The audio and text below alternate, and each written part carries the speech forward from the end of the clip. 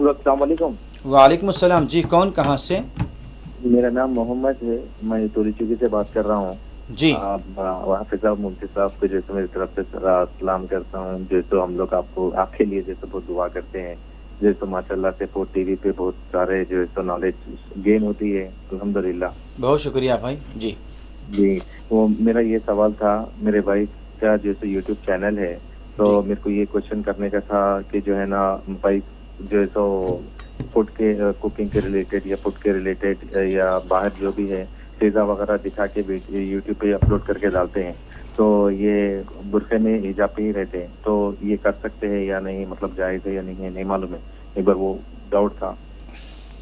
کیا چیز کرتے ہیں یوٹیوب پہ وہ یہاں پر سے ابھی جو بھی ایکسپو وغیرہ رہتا ہے نا رمضان میں, جو بھی ایکسپو وغیرہ جو نئے اسٹالس رہتے ہیں ایکسپلور کرتے ہیں, مطلب ویڈیو لے کے جو ہے سو ویڈیو شوٹ کر کے جو ہے نا اپلوڈ کرتے ہیں یوٹیوب پر.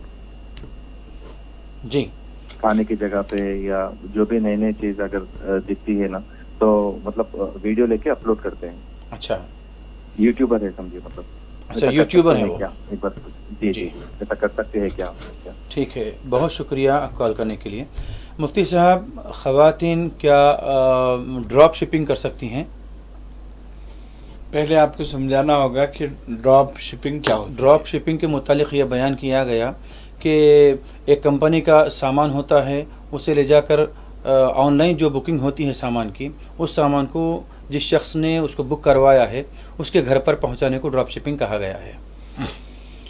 دیکھیے, دو تین باتیں بڑی اہمیت رکھتی ہیں. جی وہ یہ کہ آپ اسلامی طور پر جی اپنی حفاظت کے ساتھ اور اپنے آپ کو محفوظ رکھ کر جی یہ کام کر سکتی ہیں جس میں آپ کی عفت اور عصمت محفوظ ہے, جی تو پھر آپ کو اجازت ملے گی. جی اور اگر اس عمل کے ذریعے آپ کی عفت محفوظ نہیں ہے جی تو پھر اس سے آپ کو رک جانا پڑے گا. دوسرا, خواتین تاجرہ ہو سکتی ہیں تو یوٹیوبر کیوں نہیں ہو سکتی؟ خواتین خرید و فروخت کر سکتی ہیں تو یوٹیوبر کیوں نہیں ہو سکتی؟ جی دیکھیے, خواتین یعنی 50-50 ہے, مرد اور عورتیں دونوں بھی ہیں, تو عورتوں کے لیے یہ چیز شجر ممنوع نہیں ہے. انٹرنیٹ کی دنیا ہو یا سوشل میڈیا, یہ ایسا نہیں ہے کہ یعنی ایک شجر ممنوع ہے. یہ کشجرۃ طیبہ بھی ہے, شجر ممنوع بھی ہے. کیا مطلب؟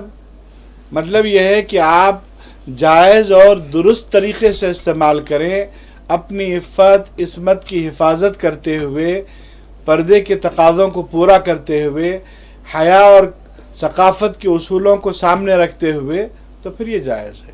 جی اور اس کی خلاف ورزی ہو رہی تو ناجائز. دیکھیے, حضرت خولہ بنت قیس, جی حضرت اسما, جی یہ عطر کا کاروبار کیا کرتی تھی. جی لوگ ان سے عطر خریدا کرتے. جی ایک خاتون, ایک صحابیہ ہیں جو یعنی ماشاء اللہ طب میں بڑی ماہر تھی. جی چنانچہ وہ علاج کرتی تھی.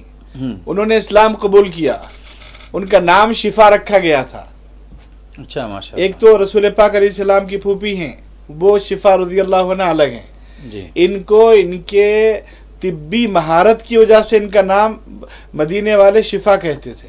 جی جب انہوں نے اسلام قبول کیا تو رسول پاک علیہ السلام سے اجازت طلب کی, یا رسول اللہ, میں مسلمان ہونے سے پہلے لوگوں کا علاج کیا کرتی تھی, اب میں اسلام قبول کر چکی ہوں, کیا میں یہ کام باقی رکھوں یا چھوڑ دوں؟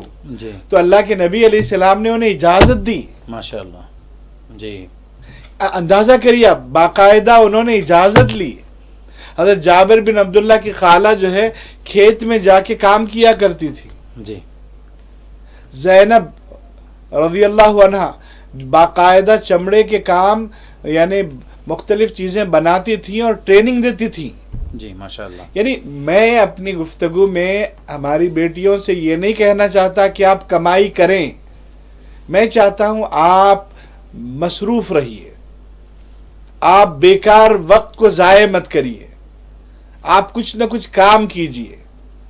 ہم مسلم خواتین میں ایسی خواتین کو دیکھتے ہیں جو بیوہ ہونے کے بعد لمبے عرصے تک گھر میں ہیں اور خالی بیٹھی ہوئی ہے۔ جی تو اسلام آپ کو کسی چیز سے روکتا نہیں ہے، صرف اسلام اپنے حدود اور قیود کی پابندی کا مطالبہ کرتا ہے۔ آپ وہ پابندی کر لیں تو سب چیزیں آپ کے لیے درست ہیں اور جائز ہیں۔ جی